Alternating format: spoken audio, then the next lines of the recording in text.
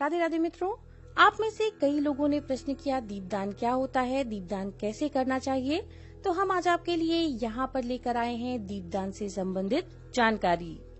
दोस्तों, दीपदान कोई कठिन प्रक्रिया या बड़ा कर्मकांड नहीं है। बहुत ही सरलता से किया जाने वाला ये एक ऐसा वैदिक विधान है जिसका पुण्यफल किसी यज्ञ से कम नहीं होता। दीपदान के लिए वेदों में जो मत है वो है सूर्य ग्रहे कुरुक्षेत्रे नर्मदायाम शशि ग्रहे तुलादानस्य यत् पुण्यम तदूर्जे दीपदानतः, अर्थात कुरुक्षेत्र में सूर्य ग्रहण के समय और नर्मदा में चंद्र ग्रहण के समय अपने वजन के बराबर स्वर्ण के तुलादान करने का जो पुण्य है वह पुण्य केवल दीपदान से मिल जाता है। मतलब बहुत ही पुण्यदायी है दीपदान। आप में से कई लोगों ने दीपदान किया भी होगा। दोस्तों, आप मंदिर जाते हैं, मंदिर में प्रभु के समक्ष दिया प्रज्वलित करते हैं और उस दिए को वहाँ पर ही छोड़कर आप वापस आ जाते हैं अपने घर। यही दीपदान है।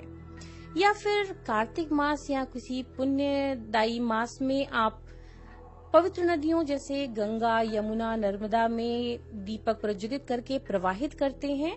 ये भी दीपदान है। तो दीपदान बहुत सरल सी प्रक्रिया है पर बहुत ही पुण्यदायिनी है।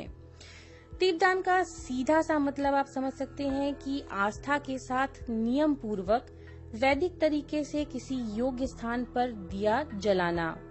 योग्य स्थान यानी नदी के किनारे, घर के पूजा स्थल पर, सरोवर के किनारे, धार्मिक वृक्ष के समीप आदि। लेकिन अगर ये दीपदान वैदिक परंपरा के अनुसार हो तो निश्चय ही ज्यादा पुण्यदायी होता है। तो चलिए देखते हैं दीपदान की विधि। दीपदान के लिए सबसे पहले आप अपने पारिवारिक परंपरा के अनुसार स्नान आदि से शुद्ध होने के बाद दीपदान के निर्धारित तिथि को पूज्य पितरों तथा कुल देवता, ग्राम नगर देवताओं को याद करके उनके नाम से सरसों के तेल का एक बड़ा सा दिया जलाइए। इसके बाद इस दिए से प्रार्थना कीजिए कि हे आत्मा रूपी प्रकाश, आप ईश्वर के सबसे करीब हैं। आप सभी जीवों के बारे में जानने वाले जात वेदा हैं। मैं अज्ञानी अंधकार से घिरा एक निरीह प्राणी आपकी शरण में आया हूँ।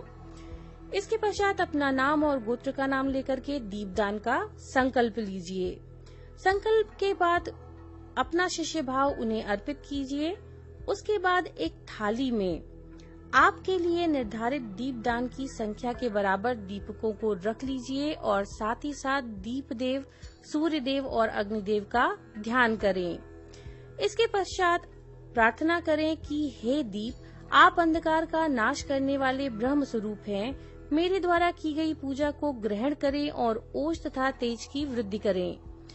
इसके पश्चात दीपक को दोनों हाथ जोड़कर नमस्कार करें और पुष्प अर्पित करें। पुष्प अर्पण के बाद उनसे प्रार्थना करें कि हे दीप ज्योति, मेरा शुभ करें, कल्याण करें, आरोग्य करें, सुख संपदा प्रदान करें, मेरी बुद्धि को प्रकाशित करें। दीप ज्योति रूपा आप भगवती को नमस्कार है। शुभ कल्याण और आरोग्य हो तथा पुष्टि की वृद्धि हो। मेरे आत्म तत्व को प्रबुद्ध करने के लिए आप दीप ज्योति हैं, आपको नमस्कार है। हे देवेश्वरी, मेरे द्वारा अर्पित दीप को आप स्वीकार करें और इस दीपदान से आप मुझे ज्ञान दृष्टिदायिनी हों। इस प्रकार से सभी दीपकों का पूजन करने के बाद आप पुनः दोनों हाथ जोड़कर नमस्कार करें और दाहिने हाथ में आम का पत्ता लें। इस पत्ते पर जल लें और सभी दीपकों के चारों ओर घुमाते हुए उस जल को भूमि पर छोड़ दें। इसके बाद फल और मिष्ठान आदि जो भी उपलब्ध वस्तुएं हैं आपके पास, जो भी अवेलेबल है, उन्हें चढ़ाएं उन पर। उसके बाद दोनों हाथ जोड़ करके नमस्कार करें। अब थाल में रखे दान किए जाने वाले दीपकों में से एक दीपक को दाहिने हाथ में लें और जिस उद्देश्य के लिए दीपदान किया जा रहा है उसके अनुरूप मंत्र का आपको जप करना है, निर्धारित संख्या और निर्धारित समय पर। अगर आप गृहीय शांति के लिए दीपदान कर रहे हैं तो ग्रह के अनुसार मंत्र जप आपको करना है। अन्य किसी मनोकामना पूर्ति के लिए अगर आप दीपदान कर रहे हैं तो आपको अग्नि के मंत्र का जप करना है और अग्नि का मंत्र है ओम रम। तो ओम रम का 108 बार आपको जप करना है। उसके बाद जो दिया आपने हाथ में लिया है उसे नीचे किसी वस्त्र पर या किसी उच्च स्थान पर रख करके आपको जलाना है। इस बात का आपको हमेशा ध्यान रखना है कि दिए को कभी भी सीधे भूमि पर ना रखें, जलते हुए दिए को। इसके पश्चात जो दिए आपने पूजा में रखे हैं, थाल में रखे हैं, अगर आपको सभी दियों को एक ही दिन दान करना है तो बारी बारी से सभी को जला लें, और अगर बाकी के दियों को किसी अन्य दिन दान करना है तो उन्हें सुरक्षित रूप से अपने घर के पूजा स्थल पर रख दें, और जो भी तिथि आपने निर्धारित किया है उस समय पर आप उन्हें जला करके दान करें। इस बात का ध्यान रखें कि जो प्रक्रिया आपने अभी की है उस प्रक्रिया को हमेशा करना जरूरी नहीं है। आप चाहें तो जलाते समय मंत्रों का प्रयोग करें, अन्यथा वो भी कोई बहुत आवश्यक नहीं है। इतने पूजन के पश्चात, दीप प्रज्वलन के पश्चात पहले दिन आप अब दीपकों की आरती करिए।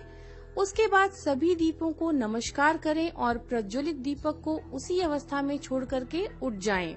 लेकिन ये सावधानी आपको रखनी है कि जो दिया आपने जलाया है वो असमय ना बुझे।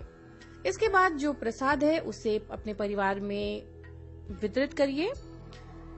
इस तरह से आपने प्रथम दिन का दीपदान पूर्ण किया। आगे के दीपदान में आपको सिर्फ दीपक का दान करना है, प्रक्रिया को वापस से करने की विशेष आवश्यकता नहीं है। दीपदान करते वक्त कुछ चीजों का आपको ध्यान रखना बहुत जरूरी है। जब भी आप दीपदान करते हैं तो आपके दीपक का मुख पूर्व या पश्चिम की ओर रखा जाना चाहिए। साथ ही साथ दीपदान करते हुए सर पर चुन्नी या रुमाल आप जरूर रखें। अगर आप दो मुखी दीपदान करते हैं तो वह लंबी आयु के लिए होता है। 3 मुखी दीप जलाने से दुश्मन की बुरी नजर घर पर नहीं पड़ती, और 6 मुखी दिए जलाने से घर में सुख, शांति व संतान से जुड़ी हुई सभी समस्याएं खत्म होती हैं। साथ ही साथ जैसा हमने आपको पहले कहा है, दिए को कभी भी सीधे भूमि पर ना रखें। इन बातों का ध्यान रखें जब भी आप दीपदान करने जा रहे हो तब। तो ये थी दीपदान की विधि। हम आशा करते हैं ये जानकारी आपके लिए उपयोगी होगी। नमो नारायण।